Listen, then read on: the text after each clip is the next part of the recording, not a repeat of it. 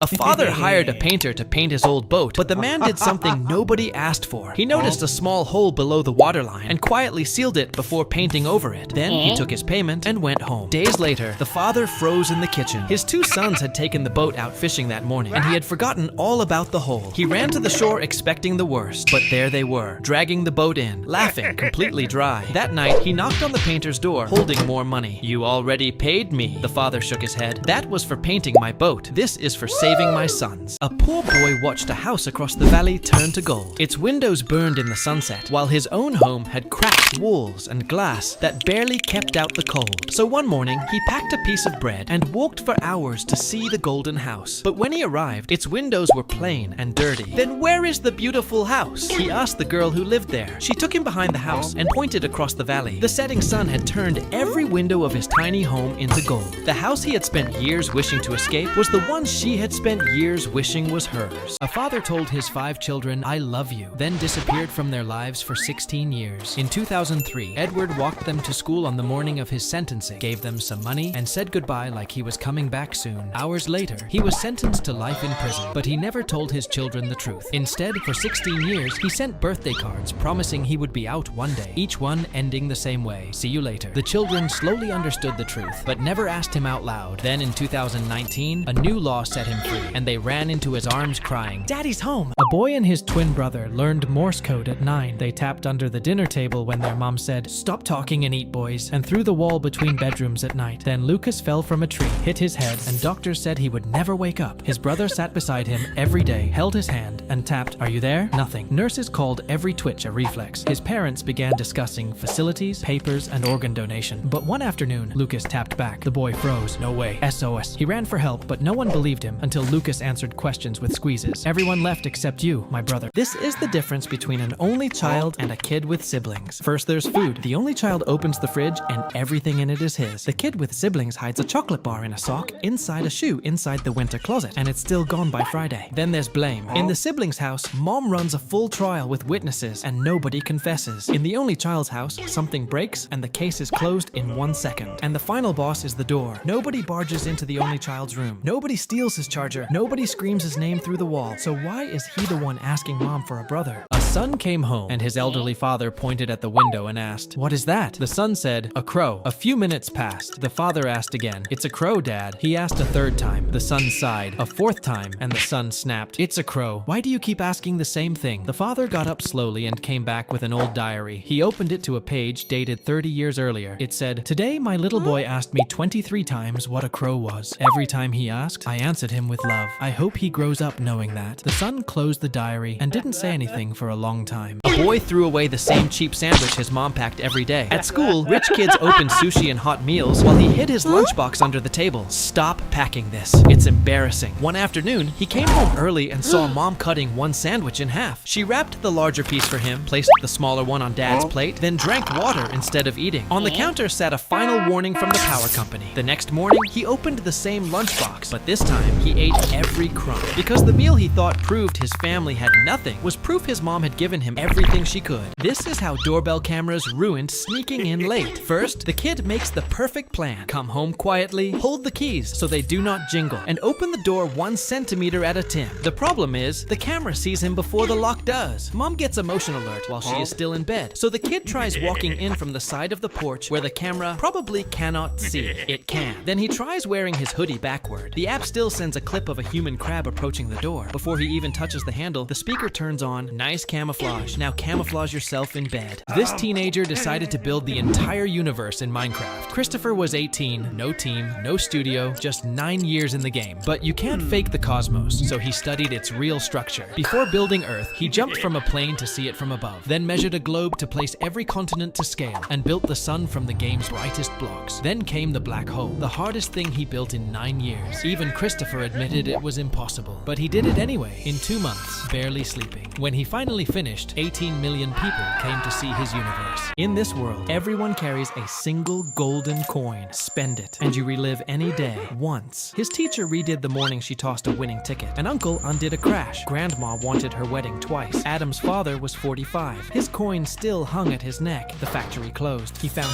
2 worse jobs. A ladder shattered his hip. He learned the stairs again. Adam had seen that coin 1,000 times. sleeves, worn smooth, like something gripped in the dark for years. He finally shouted, "Use it! What are you waiting for?" His father answered, "I'm saving it for the worst day of your life." A sick young woman once whispered, "When the last leaf falls, I will die too." Her friend told her, "Please don't say that." But outside the window, the ivy kept losing leaves until only one was left. That night, a strong storm came. Knowing she would lose hope, an old painter went out with a ladder and lantern. He worked for hours in the rain, painting a leaf so realistically she couldn't tell it was fake. He did this to keep her alive. In the morning, it was still there. Feeling hope, she wanted to live. Then she learned the truth. The painter died of illness after that night. He had finally made the one great painting he dreamed of. He moved an old school locker and found a tiny red purse hidden behind it. Then he opened it and saw lipstick, old gum, black and white photos, and a library card expiring in 1960. At first, it looked like forgotten junk, but item by item, it became something else. A teenage life frozen behind a wall. The purse belonged to Patty, who had lost it in that school in 1957 and never got it back. For 62 years, it stayed there while Patty grew up, had children, and lived an entire life. Eventually, the school found her family. Her kids opened the purse together, but Patty had died 6 years before it was found. A 16-year-old got a penny back with his school lunch and never spent it. Most kids would have dropped it in a jar, lost it in a pocket, or spent it without looking twice. But Don noticed it was the wrong color. It was dated 1943, when copper was being saved for the war, and every penny was supposed to be gray steel. He wrote to the Treasury. They replied that no copper pennies had been struck that year, so he locked it in a safe behind a wall for 72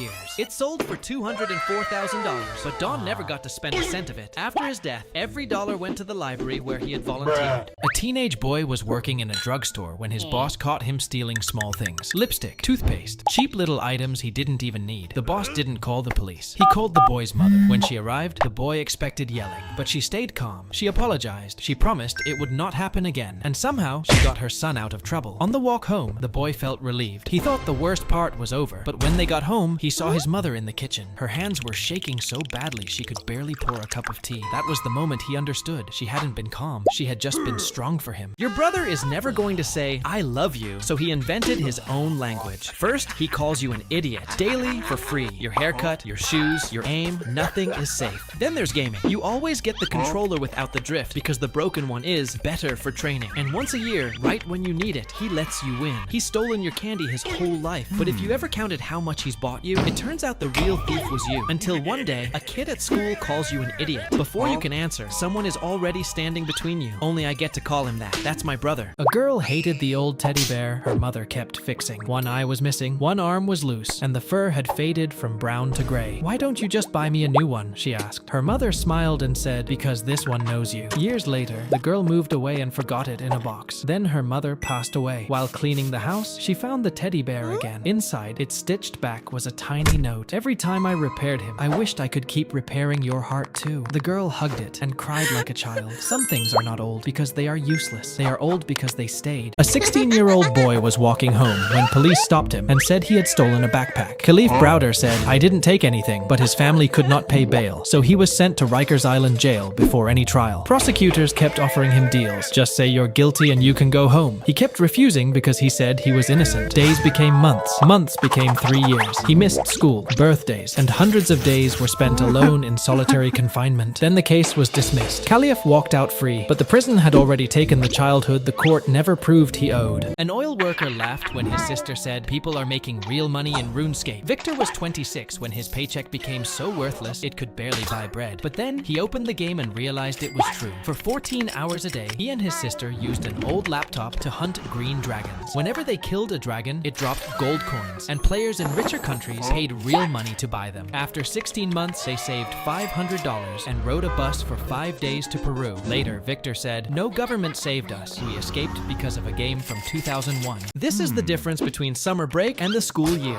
First, there's waking up. On school days, your alarm screams at 6:30, and your mom acts like you're late for war. In summer, you open your eyes at noon, don't know what day it is, and still feel exhausted. Then there's food. School lunch gives you one slice of pizza and a milk carton. Summer turns you into a fridge detective, checking every 10 minutes like snacks might magically appear. And then there's gaming. School gives you 1 hour after homework. Summer gives you 6 hours straight, until dad walks in and says, "Have you done anything useful today?" And just like that, vacation becomes chore season. A boy was playing with his best friend when a new kid joined their voice chat. The new kid barely spoke. Then he missed one shot, and everyone started laughing. "Bro, delete the game. Your aim needs a doctor." The boy laughed too, because laughing was easier than being next. Then the new kid kid went quiet. No rage, no comeback, just silence. A few seconds later, the boy heard his best friend whisper, "Kick him." His finger hovered over the button. Then he muted his best friend instead. The new kid whispered, "Why did you do that?" Because losing a round is better than becoming the reason someone logs off forever. When their father died, two brothers split his farm in half. The older one had a wife and 5 children. The younger lived alone. One night, the younger brother lay awake. 7 people eat at my brother's table, he thought, and I took half. So he began carrying sacks of grain to his brother's barn. Then something impossible happened. Every morning, he counted his own sacks. None were missing. He checked the door, counted again by lantern light, still 12. So one night, he hid and watched. A shadow crossed the field and set a sack at his door. He raised his lantern. It was his older brother. "You live alone. Who else is going to look after you?" This 15-year-old boy took apart everything in the house. Clocks, toys, even the family sewing machine. His dad finally got so tired of it that he bought him a broken Ford engine just to keep him busy. Joseph fixed it in 1 week. Then he strapped it to 2 wooden sleds, added a wooden propeller, and called his family outside. "Watch this," he said. The machine shot across the snow for more than a kilometer. His father stared in shock. Then he ordered him to take it apart before the propeller cut someone's arm off. Joseph listened, but he knew he was right. Years later, he created the Ski-Doo, a company selling snowmobiles.